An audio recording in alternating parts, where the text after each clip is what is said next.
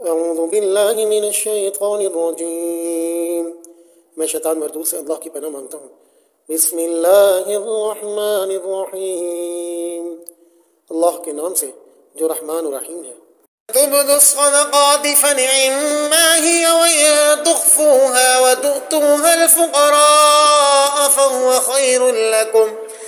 ويكفر عنكم من سيئاتكم والله بما تعملون خبير۔ اگر تم صدقات ظاہر کر کے دو تب بھی اچھا ہے، اور اگر ان کو چھپا کر فقراء کو دو تو یہ تمہارے حق میں کہیں بہتر ہے، اور اللہ تمہاری برائیوں کا کفارہ کر دے گا، اور اللہ تمہارے تمام کاموں سے پوری طرح باخبر ہے۔ اگر تم صدقات ظاہر کر کے دو تب بھی اچھا ہے، اور اگر ان کو چھپا کر فقراء کو دو تو یہ تمہارے حق میں کہیں بہتر ہے، اور اللہ تمہاری برائیوں کا کفارہ کر دے گا، اور اللہ تمہارے تمام کاموں سے پوری طرح باخبر ہے۔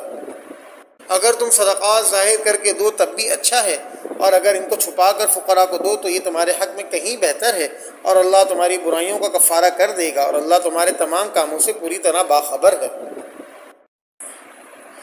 ليس عليك هداهم ولكن الله يهدي من يشاء وما تنفقوا من خير فلأنفسكم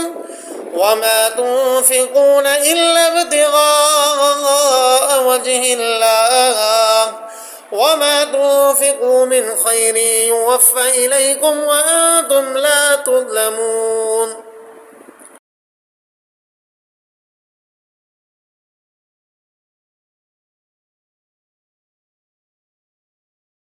اے پیغمبر، ان کافروں کو راہ راست پر لے آنا آپ کی ذمہ داری نہیں ہے، لیکن اللہ جس کو چاہتا ہے راہ راست پر لے آتا ہے، اور جو مال بھی تم خرچ کرتے ہو وہ خود تمہارے فائدے کے لیے ہوتا ہے، جبکہ تم اللہ کی خوشنودی طلب کرنے کے سوا کسی اور غرض سے خرچ نہیں کرتے، اور جو مال بھی تم خرچ کرو گے تمہیں پورا پورا دیا جائے گا، اور تم پر ذرا بھی ظلم نہیں ہوگا۔ اے پیغمبر، ان کافروں کو راہ راست پر لے آنا آپ کی ذمہ داری نہیں ہے، لیکن اللہ جس کو چاہتا ہے راہ راست پر لے آتا ہے، اور جو مال بھی تم خرچ کرتے ہو وہ خود تمہارے فائدے کے لیے ہوتا ہے، جبکہ تم اللہ کی خوشنودی طلب کرنے کے سوا کسی اور غرض سے خرچ نہیں کرتے، اور جو مال بھی تم خرچ کرو گے تمہیں پورا پورا دیا جائے گا، اور تم پر ذرا بھی ظلم نہیں ہوگا۔ اے پیغمبر، ان کافروں کو راہ راست پر لے آنا آپ کی ذمہ داری نہیں ہے، لیکن اللہ جس کو چاہتا ہے راہ راست پر لے آتا ہے، اور جو مال بھی تم خرچ کرتے ہو وہ خود تمہارے فائدے کے لیے ہوتا ہے، جبکہ تم اللہ کی خوشنودی طلب کرنے کے سوا کسی اور غرض سے خرچ نہیں کرتے، اور جو مال بھی تم خرچ کرو گے تمہیں پورا پورا دیا جائے گا، اور تم پر ذرا بھی ظلم نہیں ہوگا۔ بعض انصاری صحابہ کے کچھ غریب رشتہ دار تھے، مگر چونکہ وہ کافر تھے اس سے وہ ان کی امداد نہیں کرتے تھے، اور اس انتظار میں تھے کہ وہ اسلام لے آئیں تو ان کی امداد کریں۔ بعض روایتوں سے معلوم ہوتا ہے کہ خود حضرت صلی اللہ علیہ وسلم نے بھی یہی ہدایت فرمائی تھی، اس پر یہ آیت نازل ہوئی، روح المعانی۔ اس طرح مسلمانوں کو بتایا گیا کہ آپ پر ان کے اسلام لانے کی کوئی ذمہ داری عائد نہیں ہوتی، اور اگر آپ ان غریب کافروں پر بھی اللہ کی خوشنودی حاصل کرنے کی نیت سے کچھ خرچ کریں گے تو اس کا بھی پورا پورا ثواب ملے گا۔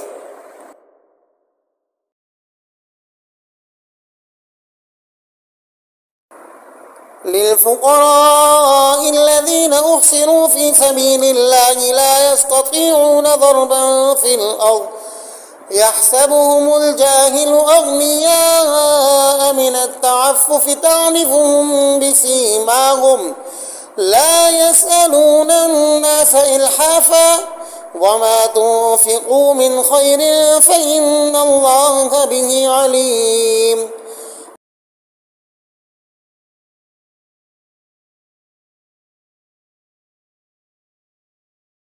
مالی امداد کے بطور خاص مستحق وہ فقراء ہیں جنہوں نے اپنے آپ کو اللہ کی راہ میں اس طرح مقید کر رکھا ہے کہ وہ معاش کی تلاش کے لیے زمین میں چل پھر نہیں سکتے، چونکہ وہ اتنے پاک دامن ہیں کہ کسی سے سوال نہیں کرتے، اس لیے ناواقف آدمی انہیں مالدار سمجھتا ہے۔ تم ان کے چہرے کی علامتوں سے ان کی اندرونی حالت کو پہچان سکتے ہو، مگر وہ لوگوں سے لگ لپٹ کر سوال نہیں کرتے، اور تم جو مال بھی خرچ کرتے ہو اللہ اسے خوب جانتا ہے۔ مالی امداد کے بطور خاص مستحق وہ فقراء ہیں جنہوں نے اپنے آپ کو اللہ کی راہ میں اس طرح مقید کر رکھا ہے کہ وہ معاش کی تلاش کے لیے زمین میں چل پھر نہیں سکتے، چونکہ وہ اتنے پاک دامن ہیں کہ کسی سے سوال نہیں کرتے، اس لیے ناواقف آدمی انہیں مالدار سمجھتا ہے۔ تم ان کے چہرے کی علامتوں سے ان کی اندرونی حالت کو پہچان سکتے ہو، مگر وہ لوگوں سے لگ لپٹ کر سوال نہیں کرتے، اور تم جو مال بھی خرچ کرتے ہو اللہ اسے خوب جانتا ہے۔ مالی امداد کے بطور خاص مستحق وہ فقراء ہیں جنہوں نے اپنے آپ کو اللہ کی راہ میں اس طرح مقید کر رکھا ہے کہ وہ معاش کی تلاش کے لیے زمین میں چل پھر نہیں سکتے، چونکہ وہ اتنے پاک دامن ہیں کہ کسی سے سوال نہیں کرتے، اس لیے ناواقف آدمی انہیں مالدار سمجھتا ہے۔ تم ان کے چہرے کی علامتوں سے ان کی اندرونی حالت کو پہچان سکتے ہو، مگر وہ لوگوں سے لگ لپٹ کر سوال نہیں کرتے، اور تم جو مال بھی خرچ کرتے ہو اللہ اسے خوب جانتا ہے۔ حضرت ابن عباس رضی اللہ تعالی عنہ سے روایت ہے کہ یہ آیت اصحاب صفہ کے بارے میں نازل ہوئی ہے۔ یہ وہ صحابہ تھے جنہوں نے اپنی زندگی علم دین حاصل کرنے کے لیے وقف کر دی تھی، اور حضرت صلی اللہ علیہ وسلم کے پاس مسجد نبوی سے متصل ایک چبوترے پر آ پڑے تھے۔ طلب علم کی وجہ سے وہ کوئی معاشی مشغلہ اختیار نہیں کر سکتے تھے، مگر مفلسی کی سختیاں ہنسی خوشی برداشت کرتے تھے، کسی سے مانگنے کا سوال نہیں تھا۔ اس آیت نے بتایا کہ ایسے لوگ امداد کے زیادہ مستحق ہیں جو ایک نیک مقصد سے پوری امت کے فائدے کے لیے مقید ہو کر رہ گئے ہیں اور سختیاں جھیلنے کے باوجود اپنی ضرورت کسی کے سامنے ظاہر نہیں کرتے۔ آیت نمبر 261 سے 274 تک صدقات کی فضیلت اور اس کے احکام بیان ہوئے تھے۔ آگے آیت نمبر 280 تک اس کی ضد یعنی سود کا بیان ہے۔ صدقات انسان کے جذبہ سخاوت کی نشانی ہے اور سود بخل اور مال کی محبت کی علامت ہے۔ الذين ينفقون أموالهم بالليل والنهار سرا وعلانية فلهم أجرهم عند ربهم ولا خوف عليهم ولا هم يحزنون۔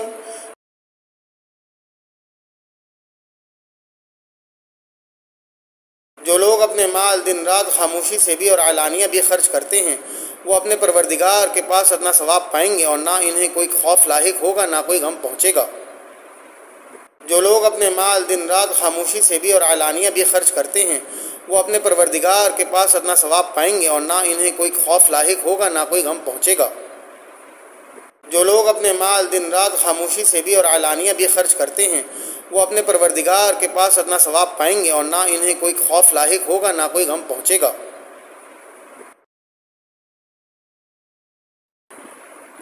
الذين يأكلون الربا لا يقومون إلا كما يقوم الذي يتخبطه الشيطان من المس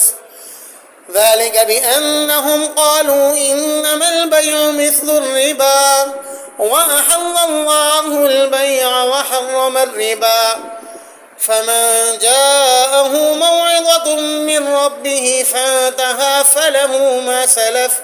وأمره إلى الله ومن عاد فأولئك أصحاب النار هم فيها خالدون۔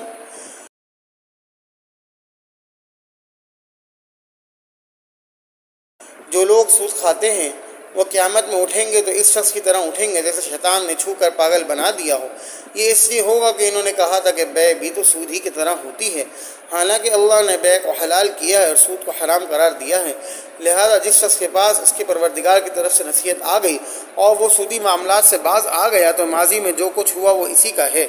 اور اس کی باطنی کیفیت کا معاملہ اللہ کے حوالے ہے۔ اور جس شخص نے لوٹ کر پھر وہی کام کیا تو ایسے لوگ دوزخی ہیں، وہ ہمیشہ اسی میں رہیں گے۔ جو لوگ سود کھاتے ہیں وہ قیامت میں اٹھیں گے تو اس شخص کی طرح اٹھیں گے جیسے شیطان نے چھو کر پاگل بنا دیا ہو۔ یہ اس لیے ہوگا کہ انہوں نے کہا تھا کہ بے بھی تو سود ہی کی طرح ہوتی ہے، حالانکہ اللہ نے بے کو حلال کیا ہے اور سود کو حرام قرار دیا ہے۔ لہذا جس شخص کے پاس اس کے پروردگار کی طرف سے نصیحت آ گئی اور وہ سودی معاملات سے باز آ گیا تو ماضی میں جو کچھ ہوا وہ اسی کا ہے، اور اس کی باطنی کیفیت کا معاملہ اللہ کے حوالے ہے۔ اور جس شخص نے لوٹ کر پھر وہی کام کیا تو ایسے لوگ دوزخی ہیں، وہ ہمیشہ اسی میں رہیں گے۔ جو لوگ سود کھاتے ہیں وہ قیامت میں اٹھیں گے تو اس شخص کی طرح اٹھیں گے جیسے شیطان نے چھو کر پاگل بنا دیا ہو۔ یہ اس لیے ہوگا کہ انہوں نے کہا تھا کہ بے بھی تو سود ہی کی طرح ہوتی ہے، حالانکہ اللہ نے بے کو حلال کیا ہے اور سود کو حرام قرار دیا ہے۔ لہذا جس شخص کے پاس اس کے پروردگار کی طرف سے نصیحت آ گئی اور وہ سودی معاملات سے باز آ گیا تو ماضی میں جو کچھ ہوا وہ اسی کا ہے، اور اس کی باطنی کیفیت کا معاملہ اللہ کے حوالے ہے۔ اور جس شخص نے لوٹ کر پھر وہی کام کیا تو ایسے لوگ دوزخی ہیں، وہ ہمیشہ اسی میں رہیں گے۔ جو لوگ سود کھاتے ہیں وہ قیامت میں اٹھیں گے تو اس شخص کی طرح اٹھیں گے جیسے شیطان نے چھو کر پاگل بنا دیا ہو۔ یہ اس لیے ہوگا کہ انہوں نے کہا تھا کہ بے بھی تو سود ہی کی طرح ہوتی ہے، حالانکہ اللہ نے بے کو حلال کیا ہے اور سود کو حرام قرار دیا ہے۔ لہذا جس شخص کے پاس اس کے پروردگار کی طرف سے نصیحت آ گئی اور وہ سودی معاملات سے باز آ گیا تو ماضی میں جو کچھ ہوا وہ اسی کا ہے اور اس کی باطنی کیفیت کا معاملہ اللہ کے حوالے ہے، اور جس شخص نے لوٹ کر پھر وہی کام کیا تو ایسے لوگ دوزخی ہیں، وہ ہمیشہ اسی میں رہیں گے۔ سود یا ربا ہر اس زیادہ رقم کو کہا جاتا ہے جو کسی قرض پر طے کر کے وصول کی جائے۔ مشرکین کا کہنا تھا کہ جس طرح ہم کوئی سامان فروخت کر کے نفع کماتے ہیں اور اس کو شریعت نے حلال قرار دیا ہے، اسی طرح اگر قرض دے کر کوئی نفع کمائے تو کیا حرج ہے۔ ان کے اس اعتراض کا جواب تو یہ تھا کہ سامان تجارت کا تو مقصد ہی یہ ہے کہ اسے بیچ کر نفع کمایا جائے، لیکن نقدی اس کام کے لیے نہیں بنائی گئی کہ اسے سامان تجارت بنا کر اس سے نفع کمایا جائے۔ وہ تو ایک تبادلے کا ذریعہ ہے تاکہ اس کے ذریعے اشیاء ضرورت خریدی اور بیچی جا سکیں۔ نقدی کا نقدی سے تبادلہ کر کے اسے بذات خود نفع کمانے کا ذریعہ بنا لیا جائے تو اس سے بے شمار مفاسد پیدا ہوتے ہیں۔ لیکن اللہ تعالیٰ نے یہاں بے اور سود کے درمیان فرق کی تفصیل بیان کرنے کے بجائے ایک حاکمانہ جواب دیا کہ جب اللہ تعالیٰ نے بے کو حلال اور سود کو حرام قرار دے دیا ہے تو ایک بندے کا کام یہ نہیں ہے کہ وہ اللہ تعالیٰ سے اس حکم کی حکمت اور اس کا فلسفہ پوچھتا پھرے اور گویا عملاً یہ کہے کہ جب تک مجھے اس کا فلسفہ سمجھ میں نہیں آ جائے گا میں اس حکم پر عمل نہیں کروں گا۔ واقعہ یہ ہے کہ اللہ تعالیٰ کے ہر حکم میں یقیناً کوئی نہ کوئی حکمت ضرور ہوتی ہے، لیکن ضروری نہیں کہ وہ ہر شخص سے سمجھ میں بھی آ جائے۔ لہٰذا اگر اللہ تعالیٰ پر ایمان ہے تو پہلے اس کے ہر حکم پر سر تسلیم خم کرنا چاہیے، اس کے بعد اگر کوئی شخص اپنے مزید اطمینان کے لیے حکمت اور فلسفہ سمجھنے کی کوشش کرے تو کوئی حرج نہیں، لیکن اس پر اللہ تعالیٰ کے حکم کی تعمیل کو موقوف رکھنا ایک مومن کا طرز عمل نہیں۔ مطلب یہ ہے کہ جن لوگوں نے سود کی حرمت نازل ہونے سے پہلے لوگوں سے سود وصول کیا ہے، چونکہ اس وقت تک سود کے حرام ہونے کا اعلان نہیں ہوا تھا، اس سے وہ پچھلے معاملات معاف ہیں، ان کے ذریعے جو رقمیں وصول کی گئی ہیں وہ واپس کرنے کی ضرورت نہیں۔ البتہ حرمت کے اعلان کے وقت جو سود کسی پر واجب الادا ہو وہ لینا جائز نہیں ہوگا، بلکہ اسے چھوڑنا ہوگا، جیسا کہ آیت نمبر 278 میں حکم دیا گیا ہے۔ یعنی جن لوگوں نے حرمت سودی کو تسلیم نہ کیا اور وہی اعتراض کرتے رہے کہ بے اور سود میں کوئی فرق نہیں، وہ کافر ہونے کی وجہ سے ابدی عذاب کے مستحق ہوں گے۔ سود کے موضوع پر مزید تفصیل کے لیے دیکھیے ان آیات کے تحت معارف القرآن اور مسئلہ سود حضرت مولانا مفتی محمد شفیع صاحب رحمہ اللہ اور میرا مذکورہ بالا فیصلہ۔